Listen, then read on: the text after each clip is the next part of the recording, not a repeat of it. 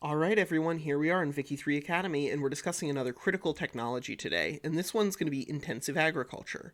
So, intensive agriculture, what does it do for you? It allows you to build chemical plants, first and foremost. Chemical plants are one of these 450 cost urban industries. Most are going to be 450, but it's one of the three infrastructure usage and 30 urbanization.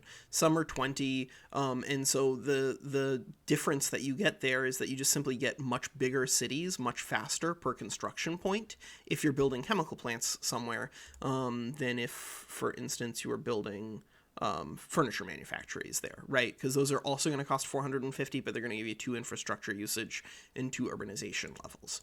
So what that should tell you is that chemical plants, they're really good at building big cities, but they also kind of like build big cities, which means that if you have a large population, before you pick up intensive agriculture, you probably want to pick up railways. So I generally recommend that people get tools, engine, railways, then agriculture, but it kind of depends. Depends on what you have. And it's partially kind of depends because of how unbelievably important soil enriching farming is. So soil enriching farming is the way that you're going to use your chemical plants, and it's gonna dramatically transform the way that your farms actually work. So down here we have in Algiers the only French farm that is not currently using fertilizer. I'm not sure why. Could be because it's not cored. I'm not 100% sure. But they're currently using simple farming methods. So what that's doing is employing a lot of laborers, some farmers, and some clergymen to produce a small amount of grain. But if they switched over to soil enriching farming, they would be purchasing fertilizer, which is driving up demand for fertilizer, right? And so that means that the people who are working in those chemical plants are going to be paid a higher wage, ultimately. It also is going to increase the amount of grain in your local supply, which, depending on what you're doing, that can be very, very good. I would not price chase on a lot of things because I think that's deflationary in measure and usually really bad for you.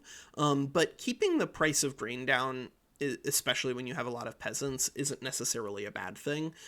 Especially because as you take them out of subsistence farms and bring them into the city, your grain is going to start to dry up. But it does something else also very important. It transforms the people who work here. So you see how it says 100 clergymen and 500 laborers are going to go down, and then we get 600 more farmers. So what that's going to do is it's going to change the nature of our wages. So you see down here we have all of these laborers who are making less than 5 annual wage. They're impoverished, very very low level. And then we have these clergymen, 600, prosperous. And then we have these farmers here.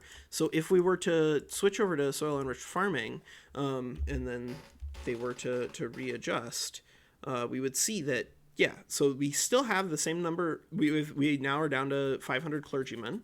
Their wages are going to be largely the same per pop, but they're going to be distributed very differently. So now there's going to be a lot more farmers here, which is going to dramatically increase the impact of this building on the strength of the rural folk.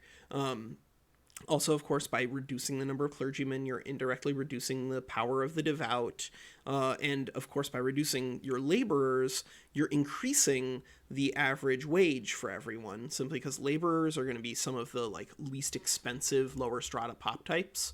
And so by switching around these things, you're going to dramatically increase the amount of food, which let's just briefly go over what that will look like.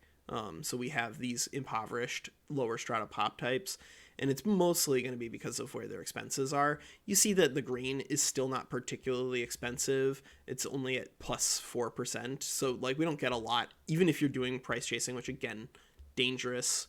Go watch my video on this on standard of living. But it's still useful to try to keep some of the things that they're spending a lot of their budget on down, just to help them out, even if they are still peasants, and the easiest way to help them is to get them better jobs. But intensive agriculture is really good also in terms of the things that lead out from it.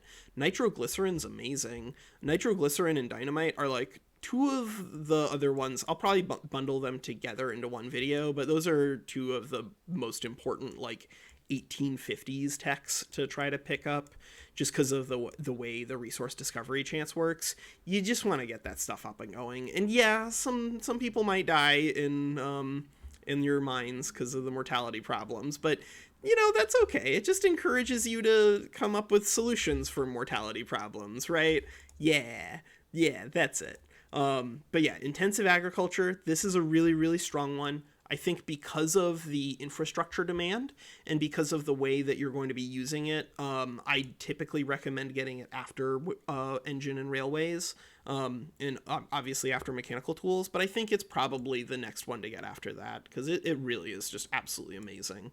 Other really important ones would be like the canneries down to electrical generation, but that's probably after this. There's so many good and important technologies. That's the other thing that I hope that I can convey to you throughout this series. So like and subscribe if you are interested in having more conversations about cool, interesting techs, because that's what this whole playlist is going to be. Okay, that's Walker. Take care.